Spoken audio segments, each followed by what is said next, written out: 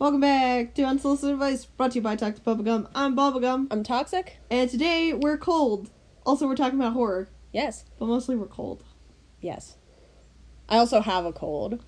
You have a cold, it's cold. We're talking about stuff that is sends chills. Yes. Down your spine. We're talking about horror today. Welcome to our horror podcast. Kat likes to talk about horror. You may have noticed, you may have learned, Kat likes horror. It's what she does. I keep sneaking in reasons why we have to do horror episodes, but this is our actual official horror genre deconstruction advice episode. You get to just go buck wild. I get to go crazy today. Also, we're both very tired. Yes. So, fair warning. It's a fun energy in here. It's a dog that just went to the vet, a sick woman, and a very tired man. Yes. So, good times inbound.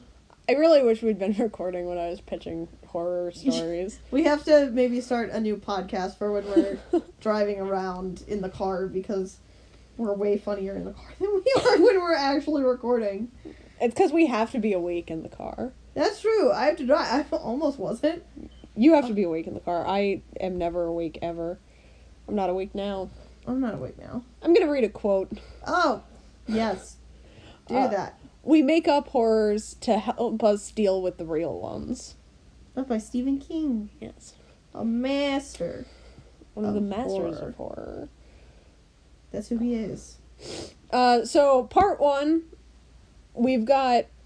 This is a 2-part episode, which I've also taken the liberty of breaking down into parts. Because that's how we're doing genres now. We do things. After we learned from the romance genre. It's long. It'll take a while. Yes. So, you should maybe in theory have had this over on your lap to get it away from my coughing. Whoops. Here. So I have, part 1 for this is definitions of horror. We have a technical definition. Ooh. And a less technical definition, if you want to start us off. Yes. So, the technical definition: horror is a genre of speculative fiction which is intended to or has the capacity to frighten, scare, disgust, or startle its readers or viewers by inducing feelings of horror and terror. Wikipedia. Yeah. Wikipedia does that to you. Yeah, that's true. That was the example, right? Wikipedia? Yes. Mm-hmm. That was our media example. I love it. Wikipedia has some really dark shit if you guys want to do some horror. Well, Kat's dying. She said Wikipedia, now she's dying. Yep. That's the real example. You good? Yep. Horror is the removal of masks, which is a quote from Robert Bloch. Is he a horror? He's a very famous horror dude. Huh? He's one of the masters of horror. Also. No. Yeah. Nah. So yeah, and that was just our brief little introduction into the horror thing. Most of the episode, the majority, and what we're going to move into now, we're just going to be breaking down horror subgenres. There are a lot of them. There are a lot of them, because every horror genre, and I stopped at the 2 mark, because there's actually a 3 and in some instances 4 mark. Oh, no. But I'm breaking down, we're breaking down the majority of the horror subgenres.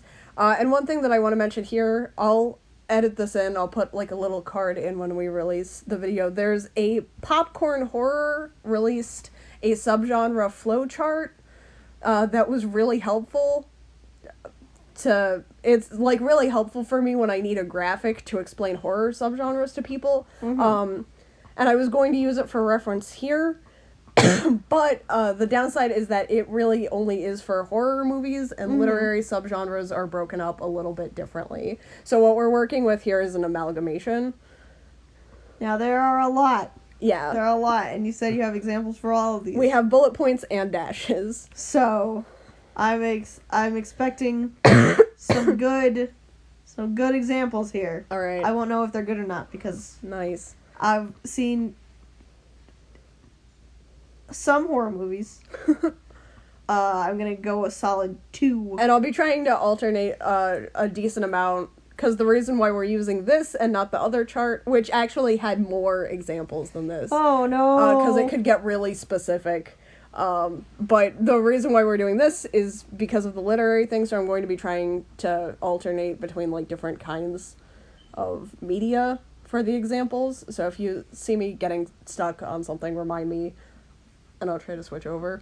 Okay. I thought you were talking to the audience for a second. I was like, Oh, huh? no, that's to you. Or oh, the to audience. me. I won't remember. I invite the audience to barge into the studio in the past. The studio. Alan's studio. Alan's studio. It's very professional, not filled with stuffed animals and figurines at all. Of course not. Let's get started. All right. Extreme. So this gets in, like, our cinema example would be like a Serbian film. It just pushes all the buttons. Yeah. Scary. Yeah. Spooky. So under extreme, there we have a couple different things. Yeah. Torture porn. That would be Saw. Hostel. Splatterpunk. That would be. I'm trying to cut back. That would be like I Spit on Your Grave. Movies are just so much faster for me. So what's the difference between torture porn and splatterpunk? Torture, they're both very gore heavy. Uh-huh. Splatterpunk is more of like a grindhouse type thing, or more of it's more focused on the blood and guts, whereas torture is more focused on pain. Okay. Is like the main difference. 'Cause like you can go, you know, like cutting off limbs and slashing people up, and it's splatterpunk, but if you like tie someone down and like start pulling teeth, that's torture porn. Horotica. Horotica. My erection lasted longer than 4 hours. God damn it, Max. What if all of my literary examples were just unsettling stories? No, I mean it's true, but also, cringy. I like that. That's an actual subgenre. Yeah. That's this would replace there was like an extreme gore category for movies, but extreme is the literary equivalent. Yeah. So cringy usually has more to do with concept. That would be I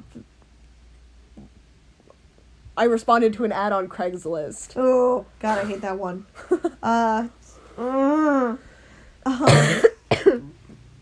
Medical / experimental. You don't get to do another cringy example. Oh, okay. I'm cutting you off. Oh no. Okay. That would be like Martyrs. Body horror. That would be like The Fly. Cause it's like classic body horror. You're going Thing. classy on us. Ooh. Yeah. So yeah, those are some extreme categories. Yeah. Harley, are you ready for the next genre, which is psychological? Yes. Oh, so like a broad good psychological thing, psychosis. Oh. Paranoia. Paranoia. A good one would be. I just did a literary one, so I should be doing a movie. You can do whatever you want. I can do whatever I want. No one's here. No one's making sure that I. Okay, so like Asylum by Matt Demersky. Madness. That like Psycho. And I'm just going to use different psycho words. Oh no. For this. Phobia.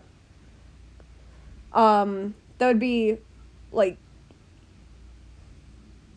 Oh, actually, American Horror Story Cult. Ooh. Is gonna be my phobia pick.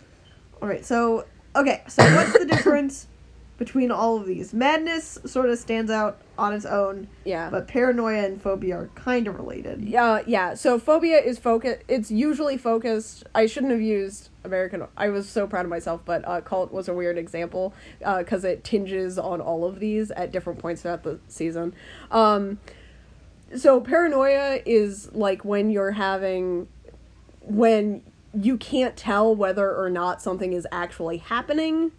Whereas a phobia is usually related to one specific phobia. Like the triskaidekaphobia. Yeah. That's a movie. Yes. Yes. I think it is. Okay. I think there is a triskaidekaphobia movie. Yeah. Which is fear in the number 13. Woo! Political. Yes. Political is a fun one. So... Is The Purge? Yeah, I was gonna say The Purge is gonna be a really good example for that. I was gonna put in here as like a subgenre that there's also, because like for political, and you see it more in literary horror than in any kind of visual formats, but there's like political horror that's like geared with social commentary. Like a lot of what Max does, he has a political horror section on unsettlingstories.com. That's where we get like the anti-vax horror and the I couldn't get an abortion horror. So that's like political inspired horror. We also have like government inspired horror, which is a lot more of what we see in movies where we have things like The Purge, where the government just flat out goes crazy. We've got like Soylent Green. We've got Cube would be an example of government horror. That's true. They did make that. So yeah, that's some good. And yet still no one will post your political horror on No Sleep. One day. They're cowards. So the next one is Killer. Yes. So because Killer is a very roundabout thing, I'm gonna go ahead and say Friday the 13th there. What? Yeah. Wrong. Okay. Strangers. I'm sticking to that one. Fuck you. I'm just gonna correct our horror expert. No big deal. Slasher. Friday the 13th. There you go. There we go. Crime. That would be like the Alphabet Killer. Oh, is that like They're like, it's... Yeah, somewhere detective in between. Involved. They're like thrillers, but they're too gory to be thrillers. Like, would 7 also be one of those? Yeah, 7 would be like a crime-based... Pretty much anything that follows a detective, I would say, falls into that category. What I'm finding about many of these is a lot of these things can be in multiple subgenres. Yeah, at once. A lot of them. The goal with horror is to combine like 3 or more of these subgenres. That's pretty fair. much. Because I was like, I've had Saw on here a couple of times. Yeah. Is what comes to mind for that. Saw's an interesting one because like each part of the story has different elements from a lot of these. But, like, you could pinpoint specifically where each installation would fall on this. Yeah. You know? Because they had, like, the social commentary installation. They had the psychological installation. They had the one that was just flat out torture porn. It's true. But, yeah. Cannibal. Silence of the Lambs is a good one. No. Yeah. No. Yeah. Raw. We're talking about that one. We just talked about it because it was on Netflix. Cannibal also, if you're going just by movie standards, Cannibal also, because of movies like Raw, it often gets put into the gore section as opposed to like the killer section. Yeah, it goes in the extreme.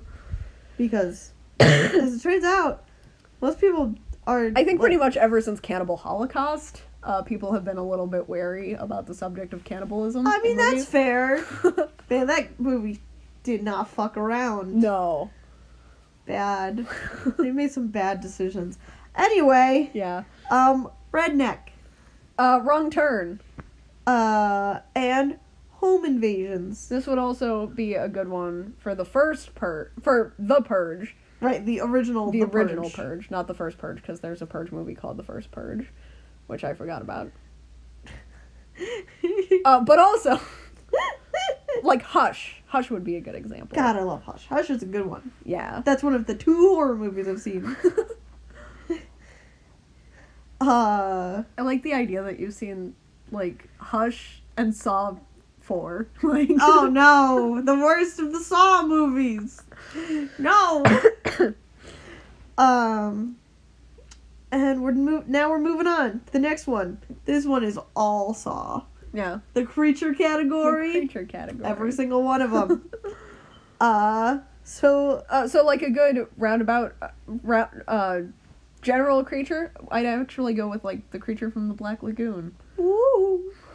I saw, this is off topic, but I saw a thing about, it was like a movie, and it was like this, they had just gone to see the creature from the Black Lagoon, and the guy was like, monster was pretty scary, huh? And she was like, I think it was just misunderstood. And like went on this whole thing about it, and he was like, you wouldn't want to date the creature from the Black Lagoon, and she was like, he just wants emotional Challenge connection. accepted. It was good. I was Nice. like, oh, don't call me out like this. Vampires Sometimes. is the next part of the genre. Salem's Lot. Werewolves. The Howling. No, that's so easy. American Werewolf in London.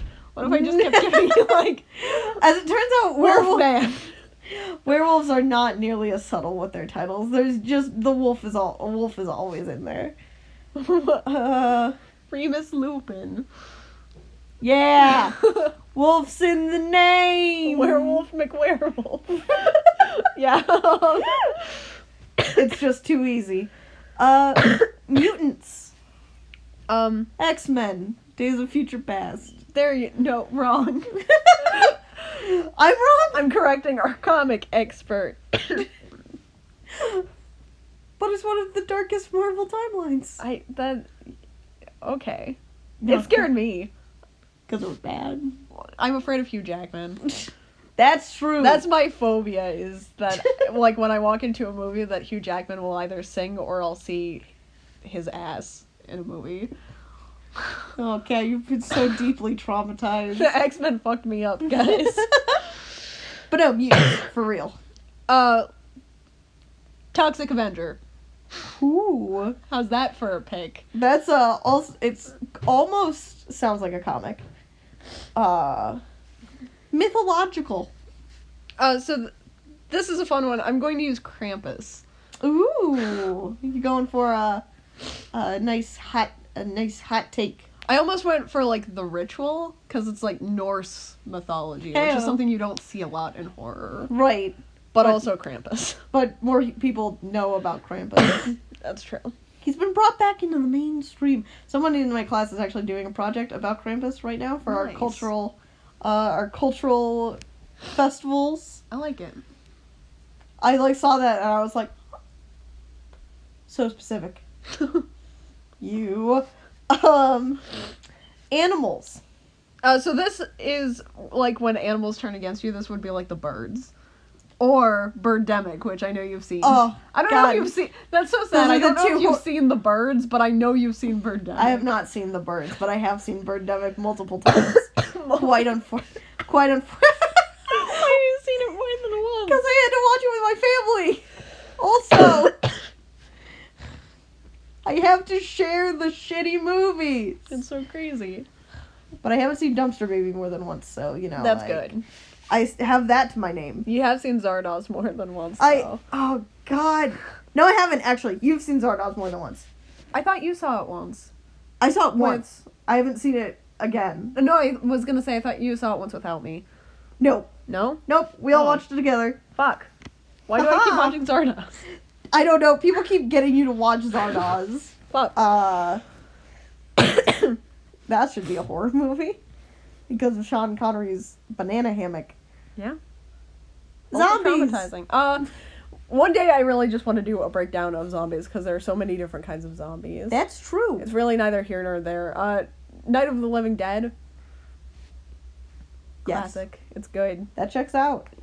You're okay on this one. Yeah. Aliens. I'm gonna go with Aliens. No way. It's that easy.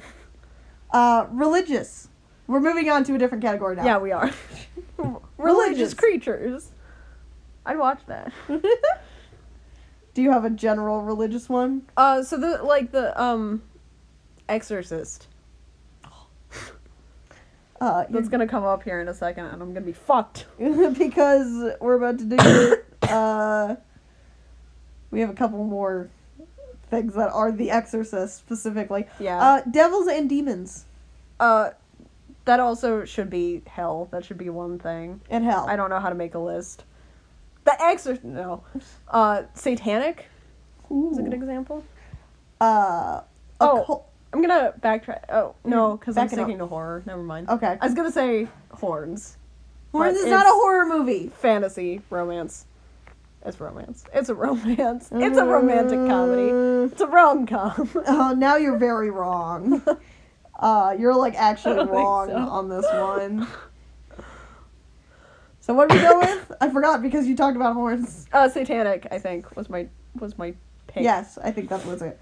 Occult. I was going to say, you know what? I'll go with Vitch. Oh. I hate that they spell it that way. Yeah, I also don't like that. I think it's dumb. Yeah. It's Bad. Witchcraft. The Craft. It's great because it can be a horror movie or like a white suburban mom club. Yeah, that's one of my favorite things about It's The Craft. both. It's good. Huh. Folklore. You know what? I'll use the ritual for this one. Really? You're not going to use it for ritual? I'm not. What would you like to do for ritual? Ritual pastas. Oh. I'm cutting back to literature. I love those literature pastas so much, though. They're so good. The literature pasta? Yes. Good. I like yes, I'm asleep, cat. But yes. Literature pasta? Baraska? Hold on. I was thinking more of 101 ways to cook spaghetti. Good. Yeah. That's my ritual. Good. No, I love ritual pastas. They are fun and entertaining, and you have done too many. I have, yes. This I is need why to your stop house is doing full of spiders. It's why my house is full of spiders. It's why the one circuit in my house is just fucked up. And I know it's because of the bath game. Because you summoned a ghost, and she's living in your bathroom. She's gotta be. She's been there for so long. Speaking of paranormal. Next. Paranormal genre. Activity. It's bad. Don't watch it. Whoa, hot take. Ghosts. The bath game. No. No, hold on. The Others. Ooh. Haunted house. No End House. Ooh. Spooky. I actually had another one, but I couldn't remember the name of it. I was gonna say, I actually don't know of that many haunted house movies like that I can like think of. There's one called The Houses That October Built. Oh, that's the one. And it is bad. Oh. Hot take. Hot take. The sequel was better than the first one, I Weird. felt like. But my issue with both of them was pacing, and they were paced exactly the same. So it was like, even though they improved like the character development and stuff, it was like, I feel like I've already complained about how bad the pacing is. Right. They're doing it again. You've done this again already. And they had like just as much exposition in the second one No. also, and I was like, hey. Hey, did we learn nothing? The answer is no one learned anything. No. Possession. The Exorcist. You already used The Exorcist. Different thing. The Exorcist Tamara. 2. Obviously. What about, yeah. My favorite. The Exorcist 2. No, what was it? Tamara. Ooh, I haven't good. heard of that one, actually. It's good. It was done by the people who did Final Destination. Oh. I like it. These guys pick on a girl, but and she almost dies, but she had done like a black magic thing before, so she gets possessed and comes back and like kills everybody. That's fair. Yeah. That's fair, honestly. Supernatural power. So that would be like Carrie. That's fair. That's good. What? She actually had more than one supernatural power. She had several, as it turns out. Yeah. She was It's important. she was strong Yeah. and killed people. And that's why you don't pick on people. That's true. There's a lot of anti-bullying messages in horror movies. Yeah. When you think about it, horror is the most positive genre. Don't say that. Except for rom-coms like Horns. Okay. The cough medicine is strong. Surrealistic / abstract horror. Bubbles. I'm sorry, what? Bubbles? Long Fingers. Oh no. From Unsettling Stories. Comedic horror. Should I have gone with Motility?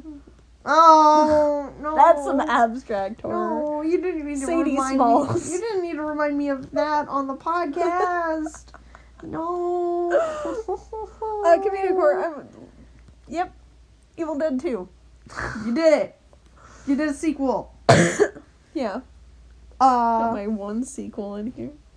I'm surprised you didn't use Stitches. Yeah, You didn't use Stitches. Stitches. You didn't Tucker use- Dale versus Evil. There's a lot. Comedic horror is so good, guys. Don't watch Murder Party. Shaun of the Dead. Is that a? Yeah, I would call that a Horror. horror comedy. Because it's zombies. Shaun of the Dead's a really good one. It feels like it's more comedy than it is horror. it But really gets the horror in there though when it's there. late game Yeah. definitely cranks up the actual horror. And then our last big subgenre is cross genre. Yeah, we just have like a little bit cuz all speculative fiction gets kind of cross genre at some point, but horror I think has some of it mixes those lines. I feel like more than any other genre does, except for maybe romance. Yeah, romance goes a lot in separate But I think genres. that's more of like a subplot thing. It's not like a cross genre as often. I think it's one of those things where because it's so easy to take elements from the horror genre or from the romance genre and put them into something else, which is why it's so much easier to make something like that. Yeah. Do you have a generic example of this, or My generic example for this would be Cabin in the Woods. what? Because it's like a little bit of everything. That's true. It's it's satirical horror, but it's very horror based. It's got your science fiction in there. It's got your comedy. historical fiction in there. Because they have like a horror history lesson in it. It's got all your fantasy creatures in there. Yeah, Cabin in the Woods. It's got everything. It does. I feel like you might be a little bit biased towards Cabin in the Woods. Sweeney Todd. It's a romance. It's a musical. That's the genre. It's a horror musical. Fantasy! Horror Horns. fantasy. Horns. Stop it! You put that away! I'm taking the cat back. No. No, I would say, yeah. I'd say horns. Because Yeah. it has, if you're looking at the book more so than the movie was definitely just a dark fantasy movie. Yeah, I was gonna say. But the book got a lot more psychological. Mm-hmm. It got a lot more into the messing with people's heads, Right, because which that's what was he the does. horror element of Horns. That's true. And then he, like, because there was that thing where he could get people's memories by touching them. Right. So, like, when he figured out that Lee had done everything, Uh-huh. he was in Lee's head Oh. for, like, and it was... So, I'd say the book definitely was more horror fantasy. What about science fiction? Cube. Ooh. is gonna be my pick for that. You want to did cube. Though. Circle will There you be go. my pick for that. Hold on, what? Circle. Cube and circle. Cube. Yeah.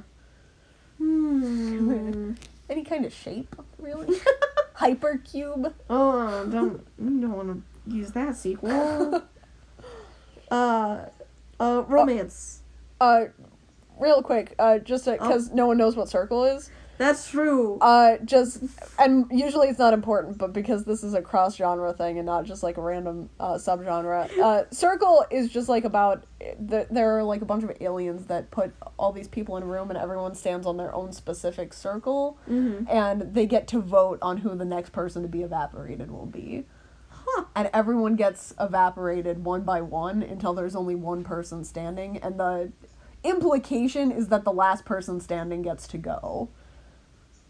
But we don't know. Right. What about romance? Stop it. The door just closed The door closed on you. a bit. It's done. It flat out gave up on me. No, in all seriousness though, like Sweeney Todd. Yeah. Very romantic. I think it's very romantic for different reasons than other people might argue that it's romantic. That is true. But you do have some... it's very romance oriented. There are a lot of there's like a lot of longing and, you know. Right. There's a lot of emotion. Yeah. Now this is an interesting one that you were excited to talk about. Yeah. Horror nonfiction. I would not put nonfiction in like a cross thing with just about any other genre, but what I wanted to talk about here for horror nonfiction is those beautiful, based off of a true story, inspired by a true story. And I talked about it a little bit in the paranormal thing, but the example that I'd really like to talk about is Paranormal Activity, because it has the recreations that just go so above and beyond that it's like you have actual legitimate testimonies that are nonfiction, and then you have whatever the fuck else is going on in Paranormal Activity. There's also this that's happening. There's also, because you wanted me to talk about more sequels, we can talk about Wolf Creek 2 real fast, which I love, because it starts with inspired by a true story, and it goes through one of the most ridiculous horror movie premises I've ever seen in my entire life. There's very little continuity, it jumps around, it's insane, and then it ends with nearly 10,000 people go missing in Australia every year. This could be one of their stories, which is the best nonfiction tie-in I've ever seen in a horror movie. Real good. Real good. Real choice, as it turns out. So those are subgenres. And we did that. We actually did that in a fairly timely manner. Yeah. We're only at about 30 minutes so far. Oh, nice. We're doing good. Which means it's time to move on Yay. to part 3, which is the best and worst examples. Yes. So Cinema. What's your favorite horror movie? Saw. Good. Surprise, surprise. It's Saw. Is it the first Saw? Yes, it's the first Saw. Okay. I really like That checks out. the first Saw. One, because I've seen it the most times. And also because I am real big into the psychological aspect of it. I like watching those sort of things that are like... I like watching a lot of those like true crime shows that are like the... what's like the I've watched like a bunch of like murderous affairs or whatever it is. Yeah. I really like the things that get inside people's heads and like try to figure out what they're doing, which I think is a real interesting aspect that Saw has going for it. Oh yeah. Because like that's sort of the whole you're trying to figure out what everyone's thinking. That was something we talked about a little bit, how you could pick out like the different installations. If you like psychological horror movies, really you should watch the first Saw. Yeah. Because even though the franchise is like very torture porn-esque, it gets very gory later on and stuff. People always overlook how psychologically driven the first Saw movie was. Yeah, honestly, there's very little gore in the first Saw movie. Because a lot of it's off screen. Yeah, they make a lot of use. It's like they're very good at cutting away at the right time, so you don't see a lot, but you get the impression that you're watching stuff happen. Like, you see very key frames, like when Dr. Gordon is cutting off his foot. Like, you get to see it in there, but you don't see him cut through the whole thing or it come off. You just can tell by the reactions and, like, the looks on everyone's faces. Yeah. And it's very good. I love it. I love it a lot. And actually, like, the whole franchise is it is good at that. It is. It just sort of goes, ah! Do you like my yawn? Yeah. Oh, that was a yawn. Yes. That was a yawn, yes. I'm sorry. I like this. But yeah, the Saw movies have a lot of very good editing in them, which is a very key part of a psychological thriller, I think. That's good. So mine obviously is Cabin in the Woods. No way! I talk about Cabin in the Woods all the time, forever. Yeah, you talk about it a lot. Good. And I use it as just kind of like my general thing for cross genre because it really does have so much in it. But what I like about Cabin in the Woods is it found that perfect balance of how scary can we make something while still picking fun at the genre. Right. Like, and I think the closest one other than that would be Scream. Yeah. Scream was very self-aware. I really like meta horror, I guess, is what I'm trying to say. Mm-hmm. And Scream came pretty close, but it definitely, I don't think it was quite as scary or quite as funny as Cabin in the Woods. Right. Like, I think the thing is, even for as much material as Scream had, Cabin in the Woods had the advantage of the horror genre has been around longer at this point. yeah. Because, and there have been a lot of new innovations in the horror genre, since Scream came out. And it kind of covered, like, the entire history, like, the evolution of the horror genre, getting all the tropes in there, while also covering the fact that these horror tropes that we see really are different in different cultures. Right. And I know it's just one of those things where it's like, you look at it and the premise supports all of those things, but coming up with something that could encapsulate all of that in one movie, and it's only like... It's not a long movie. It's under 2 hours. Yeah. It's like a pretty short thing. I dare say it's close to an hour and a half, honestly. Yeah. I feel like it's not that long. I think it runs like an hour 40 something, but it's good. It's my all-time favorite movie is Cabin in the Woods, because it has a little bit of everything. And it's a real treat for horror buffs like you, who get all the references. There are so many, that's my favorite thing about it, and some of them are, like, not so subtle, you know? Cabin in the Woods, obviously, is, like, the biggest Evil Dead reference that there is, but, like, in the background of a thing, on a blackboard, you can see, on a list of monsters that one of them is Angry Molesting Tree, which is, like, one of the subtlest Evil Dead references. Right, like it's good. Because you have to go, like, frame by frame to be able to read it. It's good. It's good. It's good time, and even if you're not really a horror buff, you can still enjoy it as, like, a fun satire, because you know the tropes. Like, everyone knows the tropes. So you can still get the satire without knowing every little detail. And it's got such a good cast. It does. Also, Thor's there. Chris Hemsworth, I love him. Also, your celebrity crush is there. Yes. Fran Kranz is there. Which I swear is not. Oh, you know what? And this is something I wanted to talk about, because for my favorite horror movie, I'm always talking about Cabin in the Woods, and I've been talking about Good Place a lot lately, and they're done by the same guy. Which is really weird to think about. Like, yeah. It's weird. But good. But it makes sense, kind of, when you think about the existential crisis that both of those things put you into. That is true. So also for best, I have Martyrs on here. This one is all you. I have not seen Martyrs. Martyrs is really good.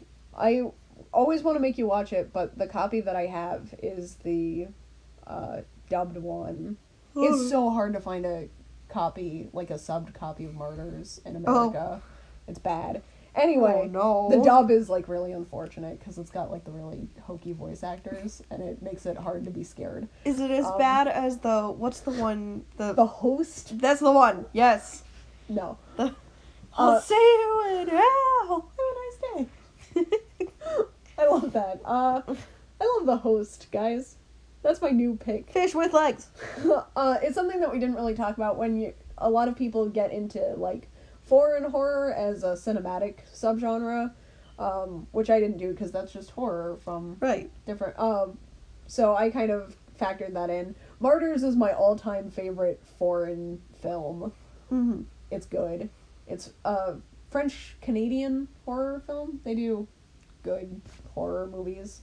I was gonna say French Canadians. Yes. It took me a while to get that. Do good horror. They do. Because one of my favorite... This is a weird, specific subset of things. But one of my favorite English-speaking foreign horror films is American Mary, which is also a French-Canadian horror film. Sometimes that's how it be. Sometimes American Mary is here. In French Canada. But yeah, Martyrs is really good. And it is solidly a horror movie. Yeah. It also includes a lot of different subgenres. It gets into that experimental, religious, cult, body horror, torture porn toward the end, I'd say. You've got like a mass shooting situation in there at the beginning. Yeah. Like, it's got a lot of different elements, but it's not a comedy. Right. Like Cabin in the Woods is. It's all horror all the time. Right, it's a bit more serious. Yeah. As it turns out. And even when it gets into... Because, like, there are supernatural themes that kind of underlay the premise, but even that's psychological. Right. Because you don't know how real the paranormal aspect is. You never get those answers. Aww. So it's a good psychological film. If you can take the gore. Right. This is for gore lovers, as it turns out. Also, when I say Martyrs, 2009. Right, not the 2016 one. It's bad. Don't watch that. Is that an American remake also? That is an American remake. We fucked that up. Don't we usually? So yeah. Worst horror movies. Did I say Dumpster Baby? Yes. Fucking Dumpster Baby. We watched this when we were in high school? I think, yeah. Yeah, I think it was. Anyway, it's bad. I don't remember how we even found it.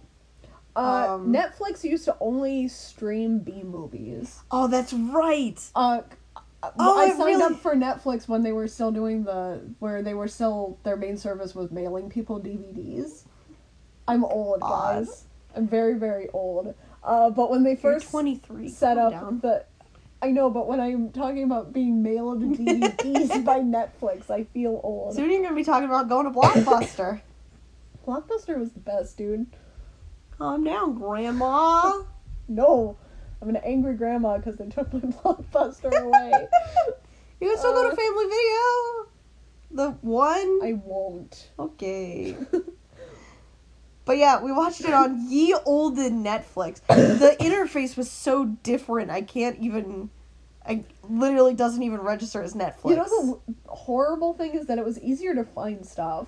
That's it was true. Really clunky, but effective. We found Dumpster Baby, that's for sure. Anyway, we found this fucking movie called Dumpster Baby, and we were like, oh, we'll watch it. It'll be a funny, it was so bad. Like, it was just... There are movies that are so bad that they're good, and then there are movies that are so bad that they're past that. That was one of them. That one movie would be Dumpster Baby. That fucking...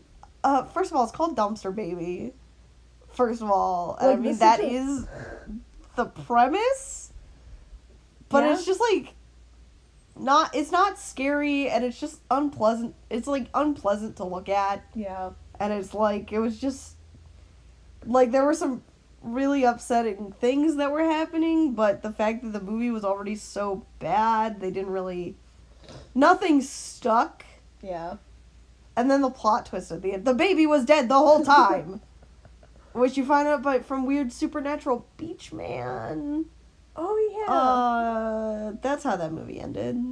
I remembered the baby was dead. I forgot about the supernatural. Yeah, because like, the girl is, like, standing on the beach, and, like, the man is there, and then, like, the baby is, like, on the beach, and then, like, it keeps cutting between the girl and the dude, but we had already figured out that the baby was dead, like...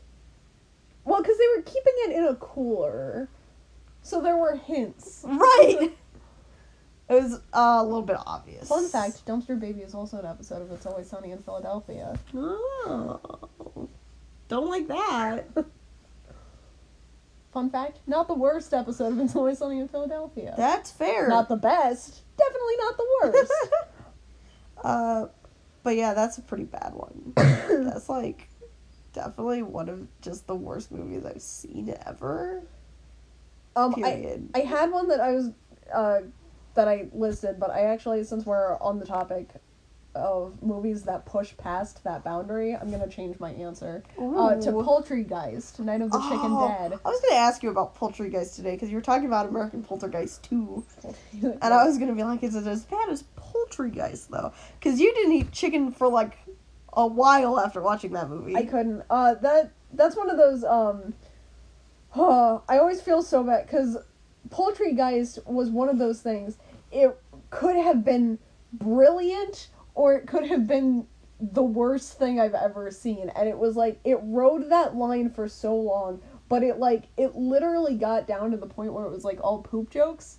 And then there were like, there was like, what was it? They had like pus pods or whatever. I don't remember what they were called, but it was like, it got to the point where it was like, gross out horror, which is one thing when it's like guts and gore and stuff, but when it's like bodily fluids, right, it's like a whole other thing. Bad.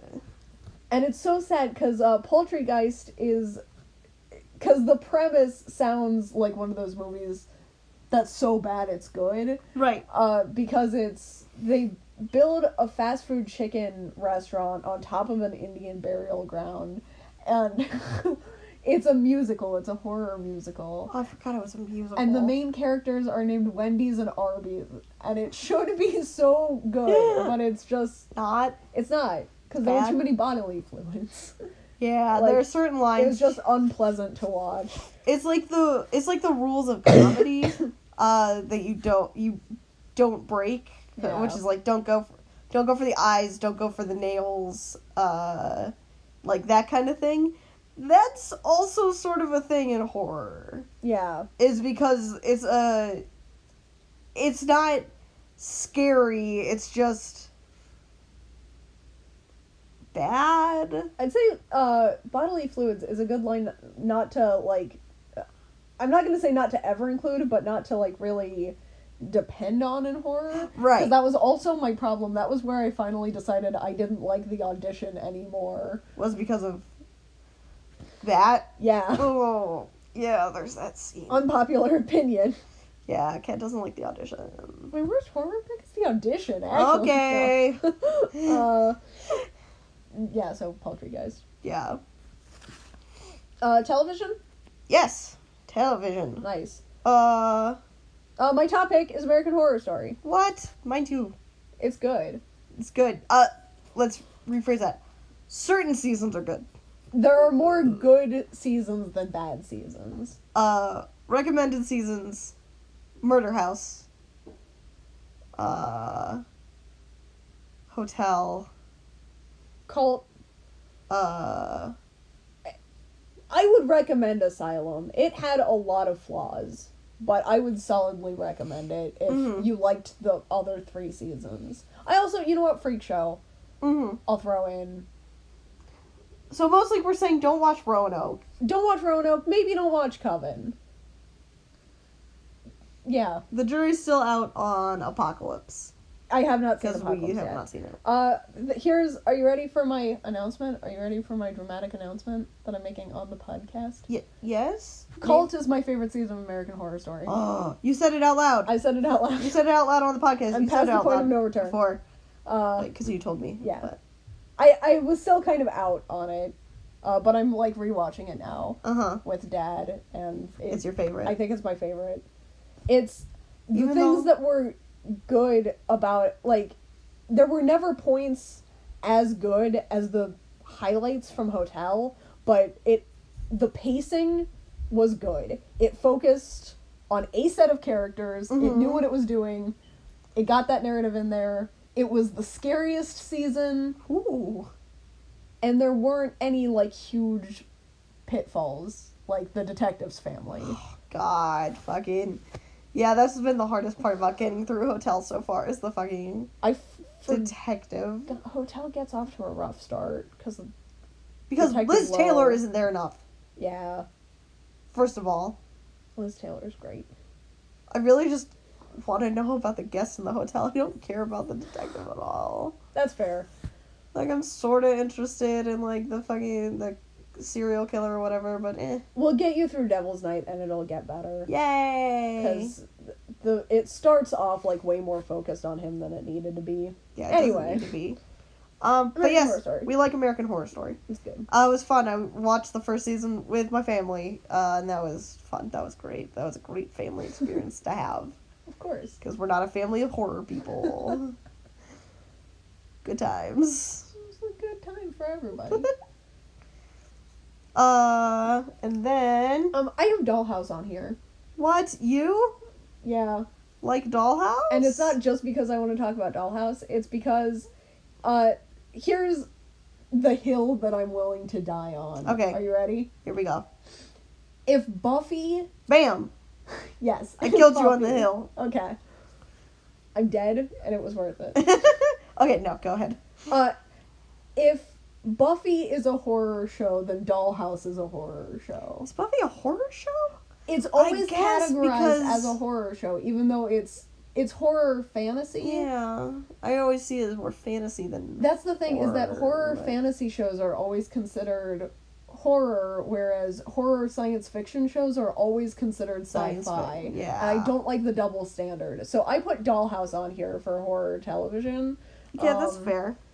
Dollhouse is scarier than Buffy. Oh, definitely. By, like, a lot. I mean, the premise is a lot more fucked up. I mean, just the premise alone is... Yeah. And it's terrible. like, I understand that it doesn't have, like, a bunch of monsters and demons and stuff crawling around, but it was terrifying. And season 2 got dark, and it's, like, scary. Scary stuff happening. It seems weird to categorize Buffy as a horror show after watching Once More with Feeling so many times. Yeah. Uh... You need to watch Hush more. The movie? The episode of Buffy. Oh, I thought you meant the movie. Also Hush. Also yes. everything. Also the movie. Because the movie's great. That's true. That's true. I mean, I need to finish Buffy. I need to watch the entirety of Buffy. I have not done that yet. That's the thing, is It's very long. I always end up on, like, both sides of this argument, because it's one of those things where it's like, I really don't generally think that Buffy should be considered a horror show, but when I think about the scary episodes, those were some of the scariest things on television. Hush was terrifying. Anything that Nathan Fillion did for Buffy was that's downright right. horrific. You were so scared of Nathan Fillion. I was so afraid. I didn't watch Firefly when it aired because I was afraid of Nathan Fillion. I mean, honestly though, that's probably for the best though. Because I saw him as Caleb, and he was like gouging people's eyes out with his thumb, and he was so happy about it. So scary, I don't like it. Also, there was like a demon on there that like peeled flesh in strips and ate it. And Bad. Buffy was scary sometimes. When it was scary, it was scary. Yeah. So I get it. But Dollhouse is scary. Yeah. And then my last one, Bates Motel, which I just kind of have on there. It's very popular right now to pick up horror franchises as series, and I think Bates Motel has been the best. Mm-hmm. I'm going to put a small pin in this because the Purge series actually looks really good, but I have not seen it yet. I am excited about the Purge series. I should watch that, maybe. Maybe that's what I'll do when I do my homework. There you go. That's great homework material. It's real good.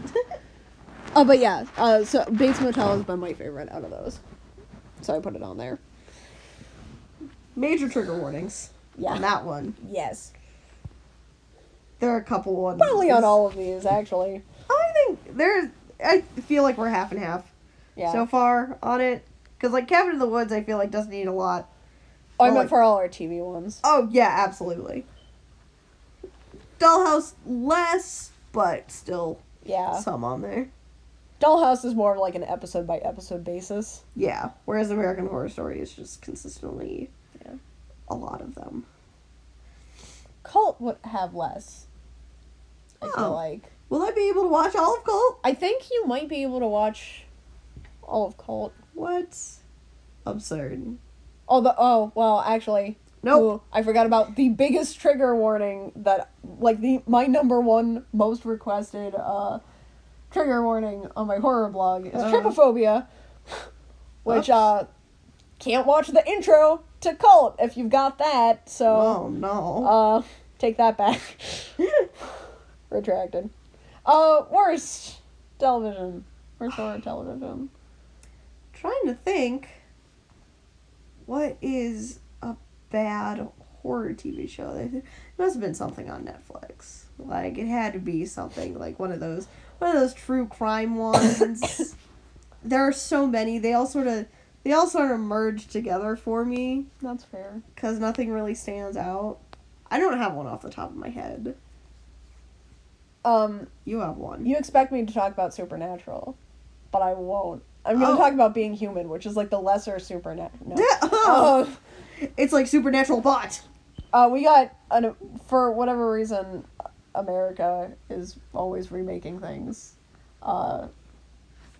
Maybe not that great sometimes. Who's going to stop us? That's the question. But this, and I feel really bad saying this because we talked a lot about, like, doing cross-genre stuff, but I feel like for horror television, if you want it to be scary, you really have to commit to being a horror show. Right. Or to having consistent horror elements. Like, my problem with Being Human was it was like, they marketed it like it was going to be one of those things where it was like a paranormal show with heavy horror elements. They were trying to make it out to be like a Supernatural Vampire Diaries kind of nonsense show or whatever, and it's like, that's fine. But I'd say even more than those other two got so wrapped up in the drama of the characters that it became way more like a soap opera even than like and it had that horror element really early on and it lost it for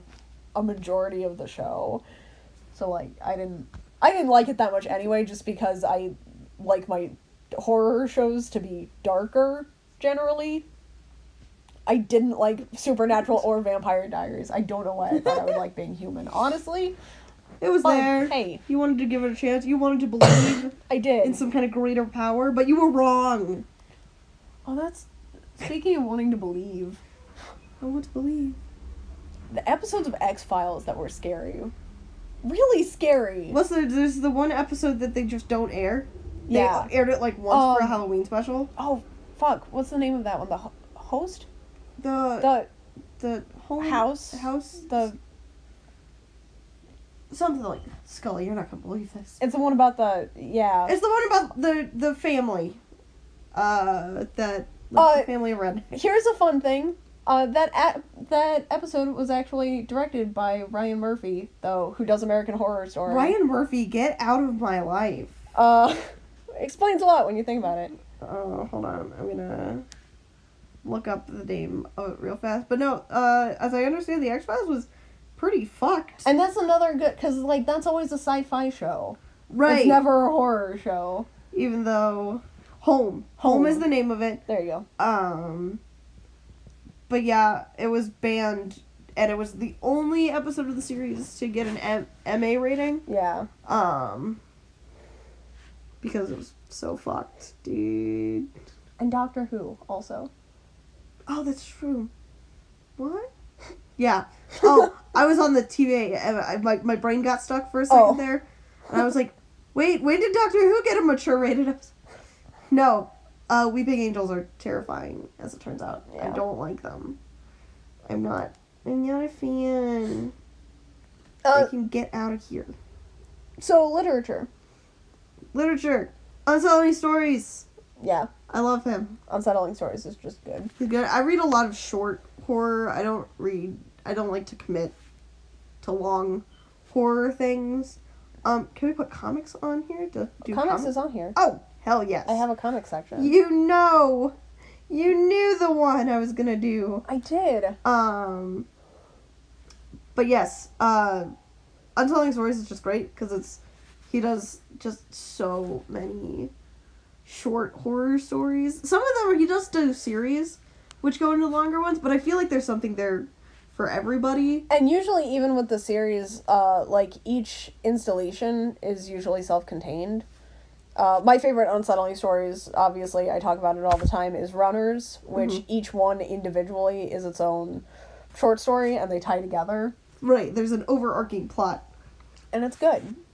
I like it. And then he's got the series about Madison, also. Yeah, the scary. I don't remember what the series name is called. I don't know, but she's scary. She's a scary girl. Yeah. She's a scary lady. But yeah, Unselling Stories is great. He has so much stuff. I mean, you probably don't want to check him out if you're conservative, but if you're conservative, you're not listening to this show.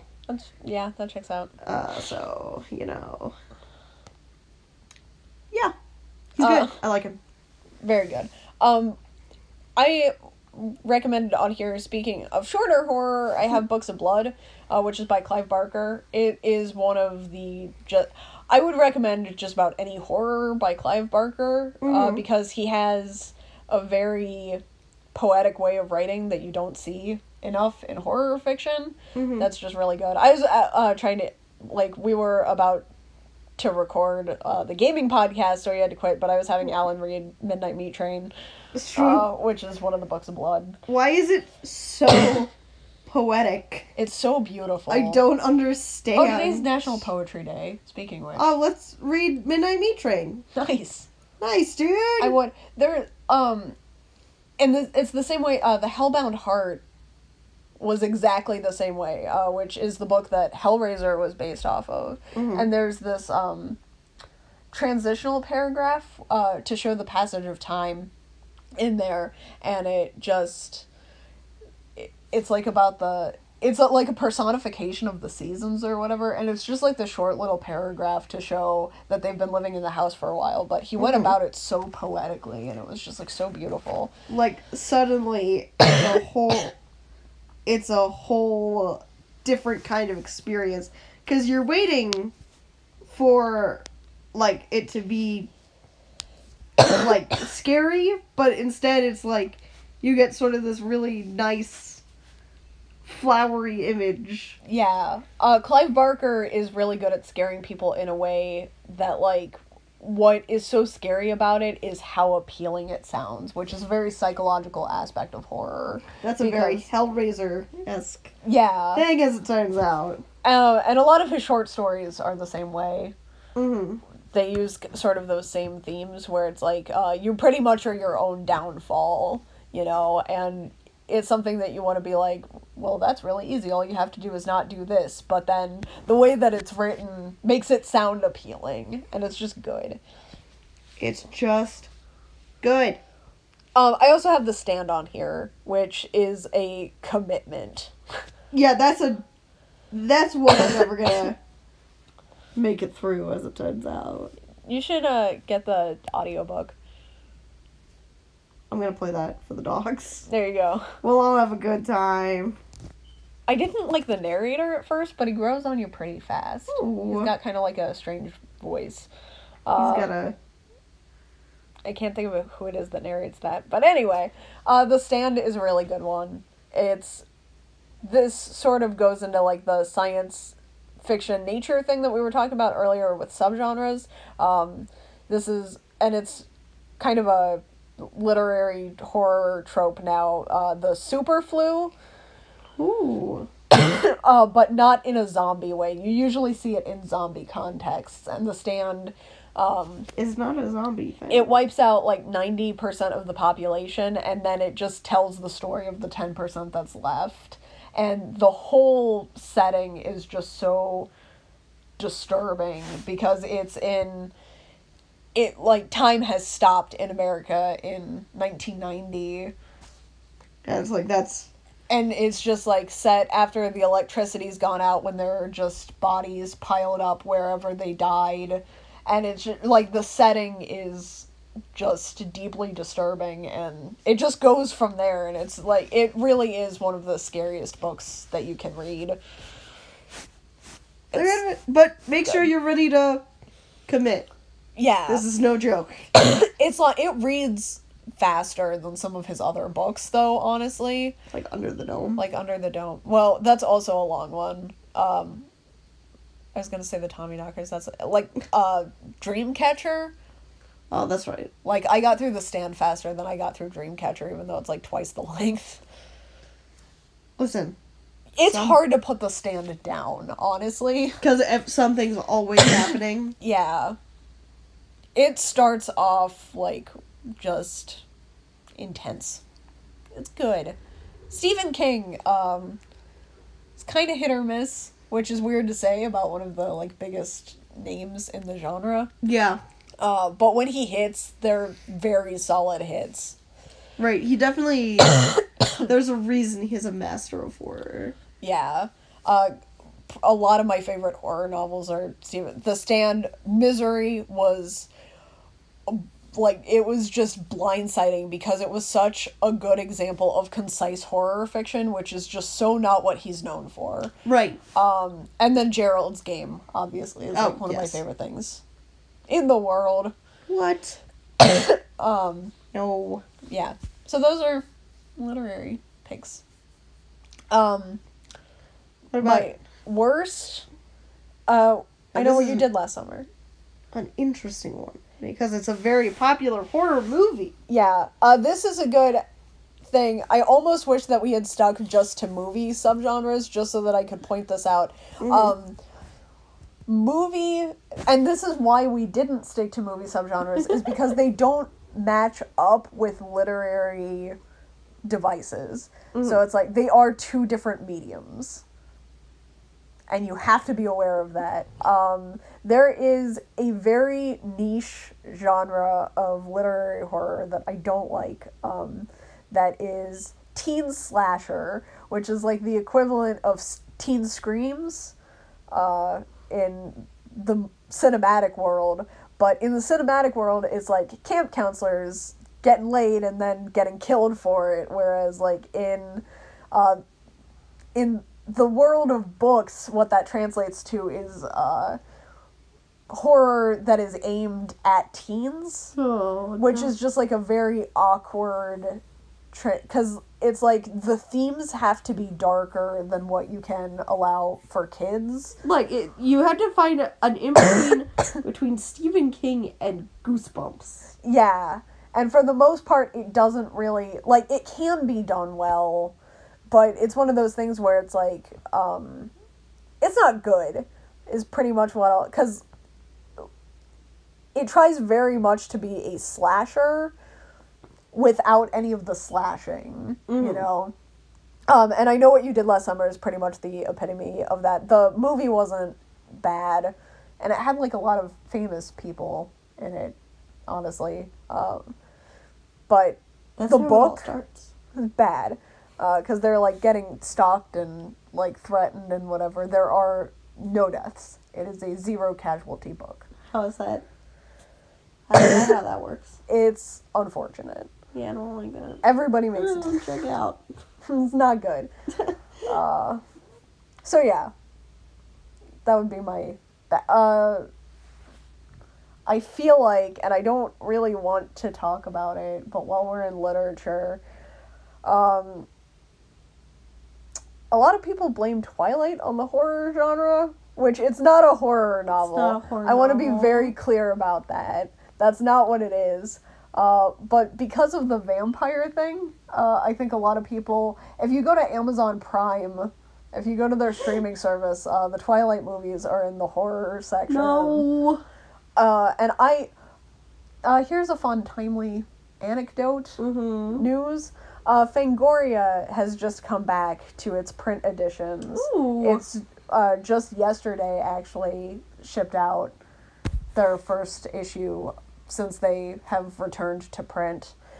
I in all of my middle school wisdom, when I didn't know how to do anything and got really worked up over stuff no one cared about, I boycotted Fangoria. It was a one-girl boycott of Fangoria magazine, because they put New Moon on the cover of Fangoria magazine in October, and I couldn't handle it.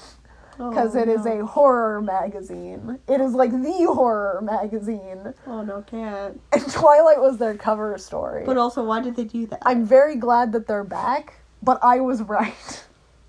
Yeah, the thing is, vampires have been romanticized long before Twilight. Yeah. To the point where not all vampires are not inherently a horror thing anymore. Right. They're a mythological thing.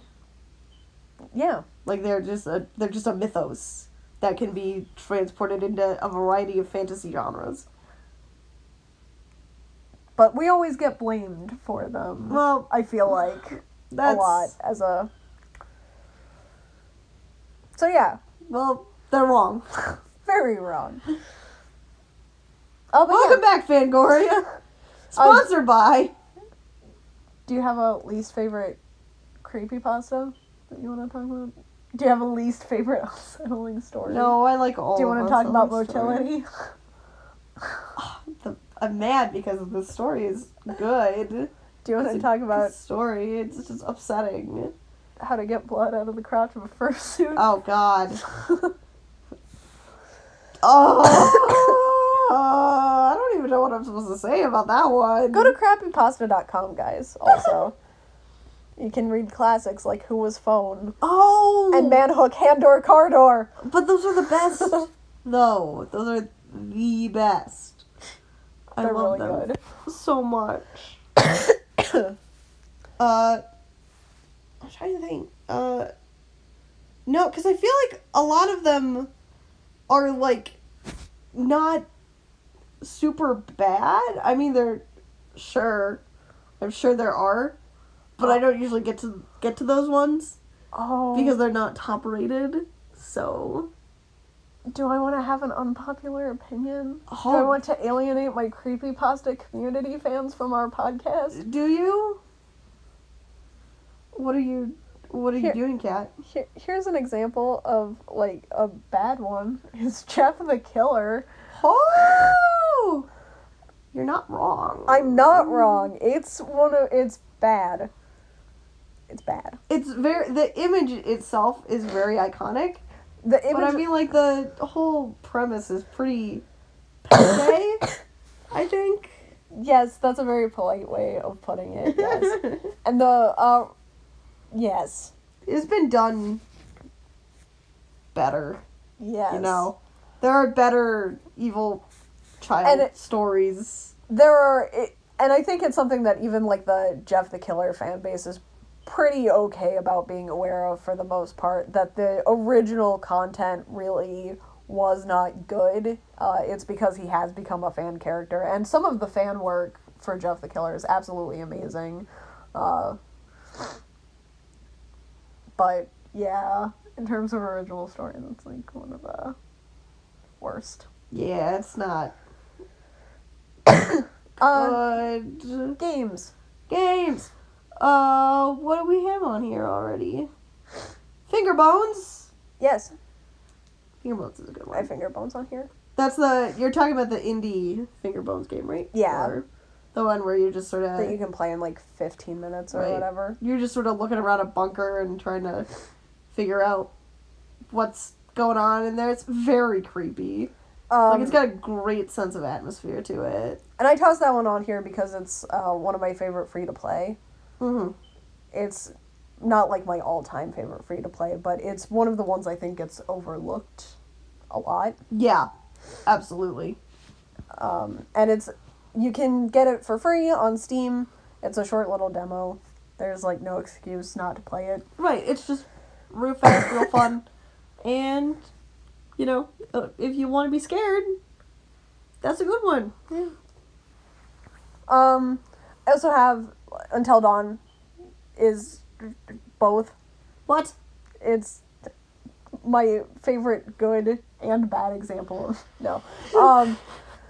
You're not wrong. Until Dawn is one of my favorite horror games, and I would really, it's one of those things, it's fun, but I would really recommend it to anyone who's like a big horror aficionado, because all of the achievements are horror movie puns, which is just fun. It's like fun to go platinum Until Dawn.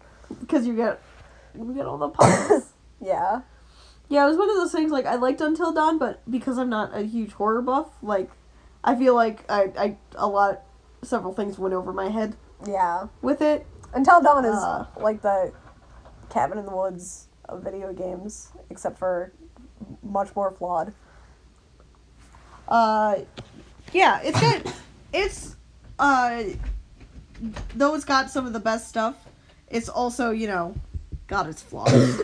But I think one of the things is it's okay with, like, I think it's sort of owned up to its flaws. Yeah. And clearly people are still liking it, which is why it's getting a actual, like, next installment. Not to that series, but, Yes. Five Nights at Freddy's is mine. Oh, nice. Because, as it turns out, I like Five Nights at Freddy's, as shown by my office having too many Five Nights at Freddy's plushies. But yeah, it was really what got me started on watching horror games at all. Because the thing about it is, it's very fun to watch other people play. Yeah. And so, because it's like an experience.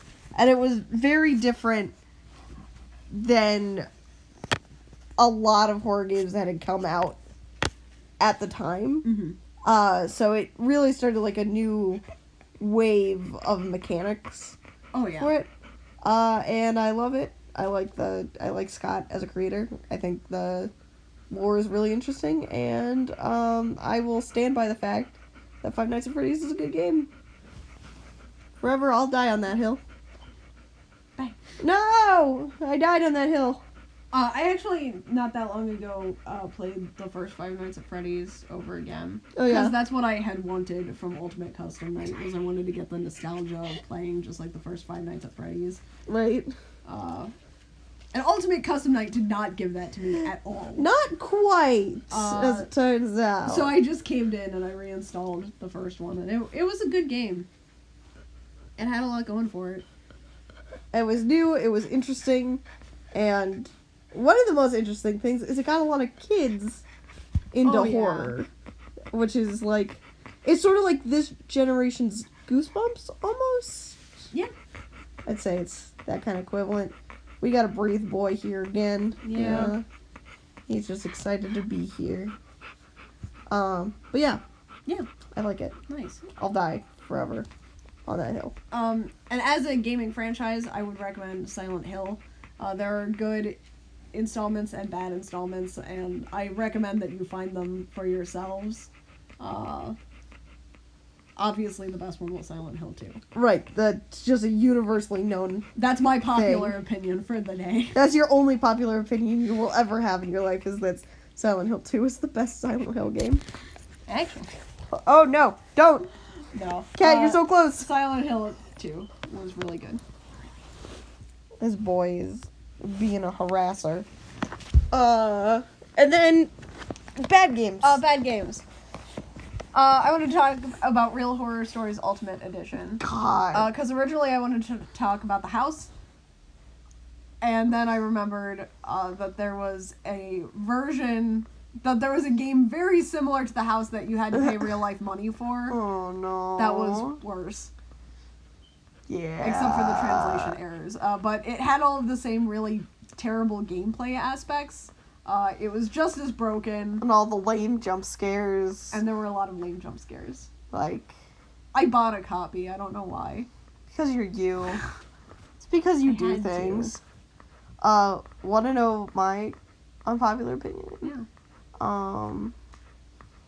It's gonna be real unpopular. Mm-hmm. Because most of the game was good. Outlast 2. Not enough dick mutilation. Not enough dick mutilation. Actually, No, so, it's one of those things where we had a whole thing about endings. We've talked about endings before. It's, where an ending can make or break your media. Oh, yeah. Oh boy, the ending of Outlast 2 just really happened, and I was furious. Yeah. When it happened. I was like, that is the lamest ending I've ever seen in a horror game. Like, what a fucking cop-out. I was mad about it. I watched that game for so long, only for it to be bad. That's fair. Yeah, that's my own popular opinion. I think the ending of all the Outlast games do not stick. That checks out. Like, I don't like the Outlast series, really. As it turns out, not a fan. Yeah. Outlast, I think, also like Five Nights at Freddy. It's one of those things that might be better to watch a professional play than it is to play. Just because the mechanics were so frustrating in Outlast. Oh yeah, the mechanics are super dumb. And I understand it's one of those things where it's like, the harder a game is, the more tension there is, and, you know, that's supposed to invoke fear, but it gets to a point where you're just mad. Like, you're not scared, you're just flat out angry at the mechanics of the game. Right. And Outlast was, like, past that line for me. I think it's a PT situation where,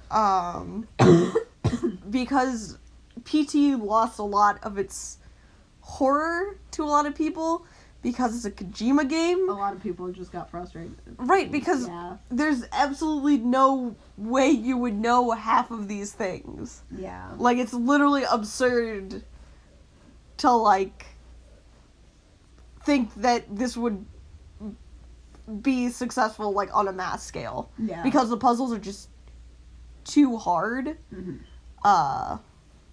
Which, I mean, like, still a huge success, but, like, unpopular opinion. Could be less annoying. I liked PT, but and this is one of those just, like, stubborn things. I know I just said about things being less scary when you get that frustrated. Yeah. PT for me, because I am not skilled at video games, but I really like puzzles. Right. PT was what I always imagined, like, those platformer games felt like for platformers. Like, those really impossible, hard to beat, you know, like, impossible games. PT was like the equivalent of that for me. It was the impossible game. So good to be able to be, like, solving stuff like that. It was very rewarding for me. But there were times where it did get less scary because I was, in fact, frustrated. Right. It's just, it's hit or miss. Yeah. But no, I didn't like the ending of Outlast 2. I thought it ruined the whole game. Like, absolutely. Because it just felt pointless. Yeah. Anyway. Yeah. Comics. 1 second. I always forget the name of it. The Enigma of Amigara Fault? Yeah, it's the Enigma of it's... Everyone knows. Just as soon as you said I forgot the name of, I forgot the name of it. Yes. Definitely one of the most popular short horror comics ever. Yeah. If those who don't know what we're talking about, This Hole is Made for Me. It's that comic. And it's written by Junji Ito. I actually have one of his on here also, Army of One. He's good.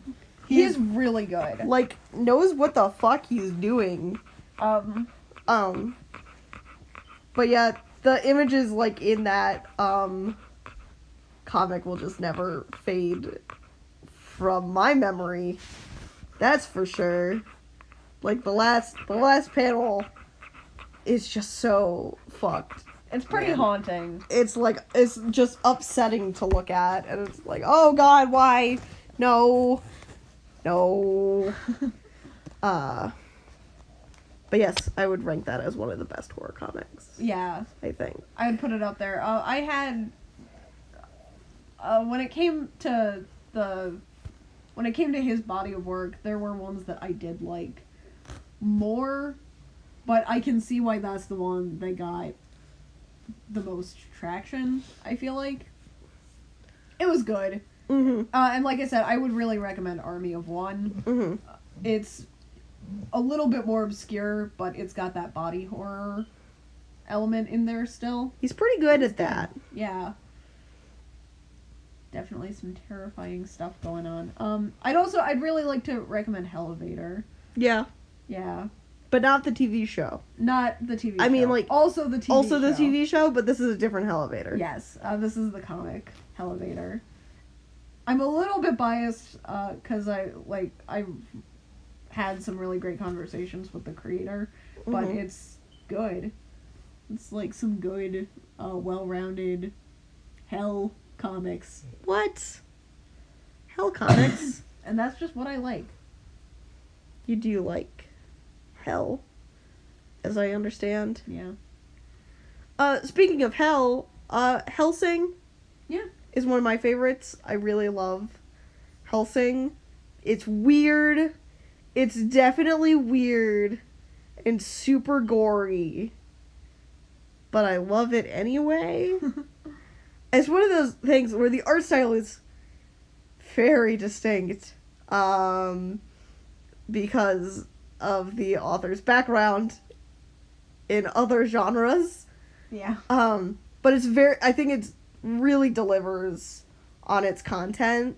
Mm-hmm. And I mean, like, who doesn't want to see some, like, zombie Nazis get obliterated? That's one of the best things. A lot. That you can watch. Read. And then it's also, there's just lots of really upsetting premises going on in there also. It's good. I like Hellsing a lot. I would recommend all the time. It's good. It's got one of my all-time favorite manga women in it. Because I love Integra Hellsing. Yeah. She's, like, really up there for top anime characters for me. Like, top characters? That's understandable. She's great. I love her. The Ring. The Ring? Yeah. If you can get your hands on, like, any of the Ring graphic novels, I recommend that you do it. Is this the same Ring as the movies? Yes. It is very, very different. They're supposed to be part of, like, the same franchise thing. It's supposed to be, like, a prequel or spinoff or whatever, because the series kind of bounced around a little bit.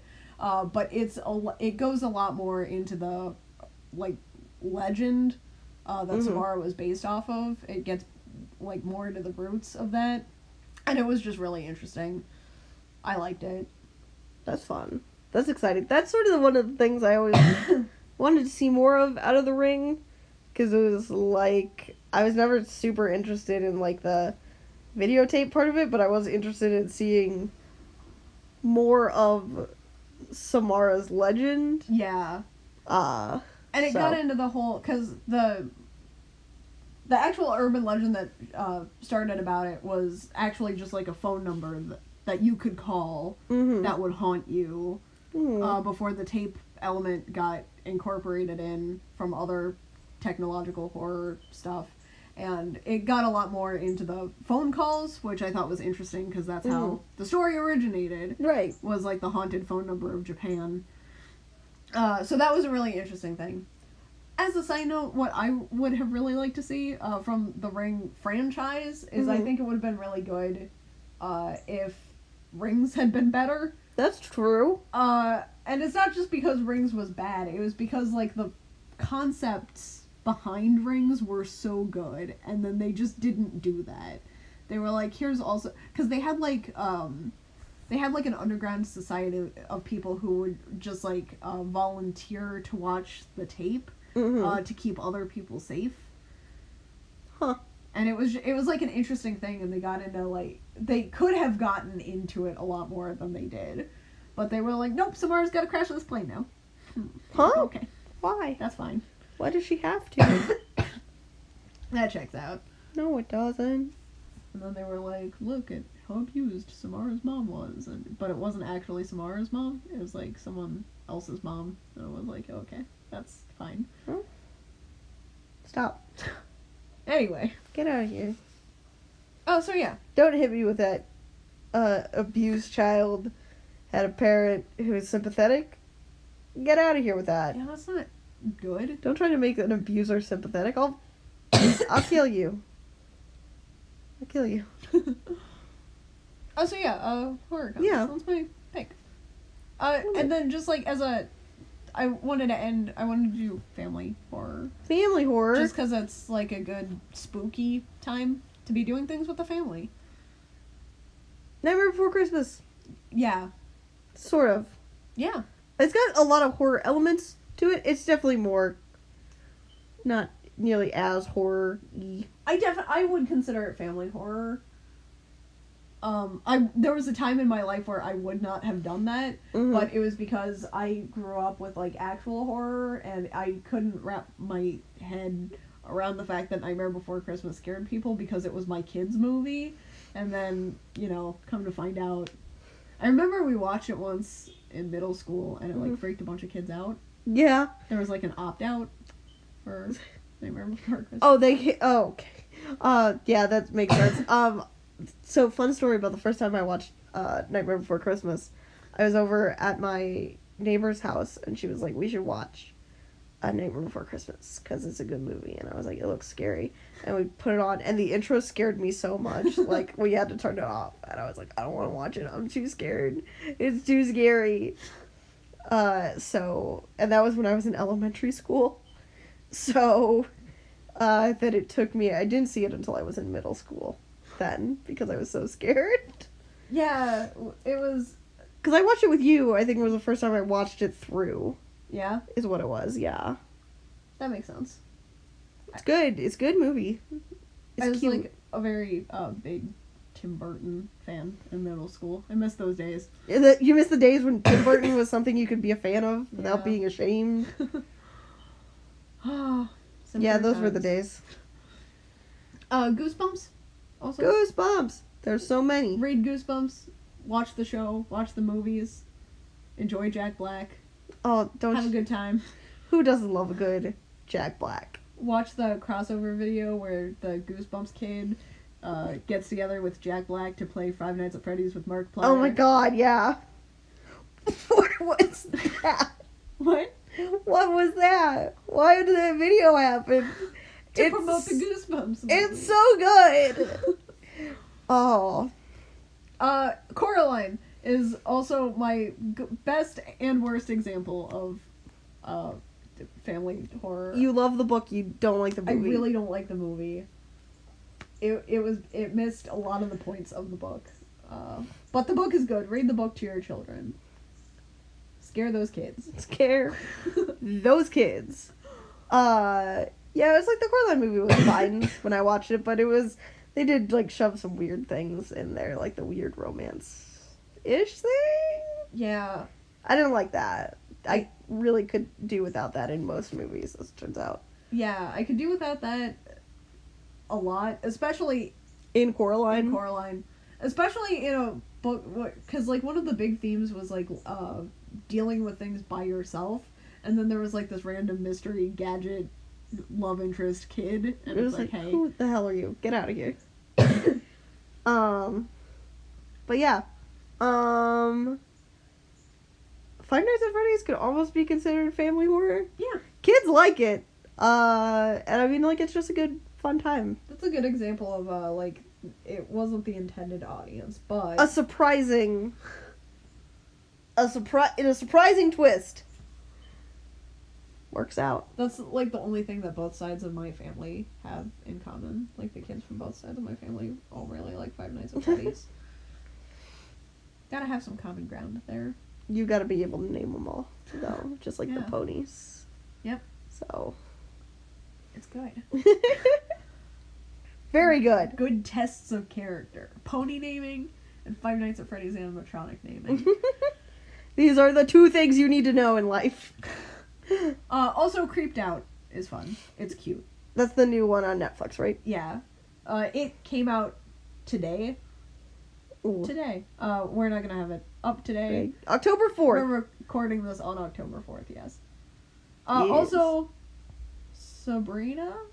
Sabrina I don't the know what Teenage the Witch? yes. I don't know what the intended age group is going to be for that. I feel like it's younger. I feel like they showed it on Teen Nick. I'm talking about the new one. Oh, the new one. I haven't The seen the new reboot. one. It's not seen it. out yet.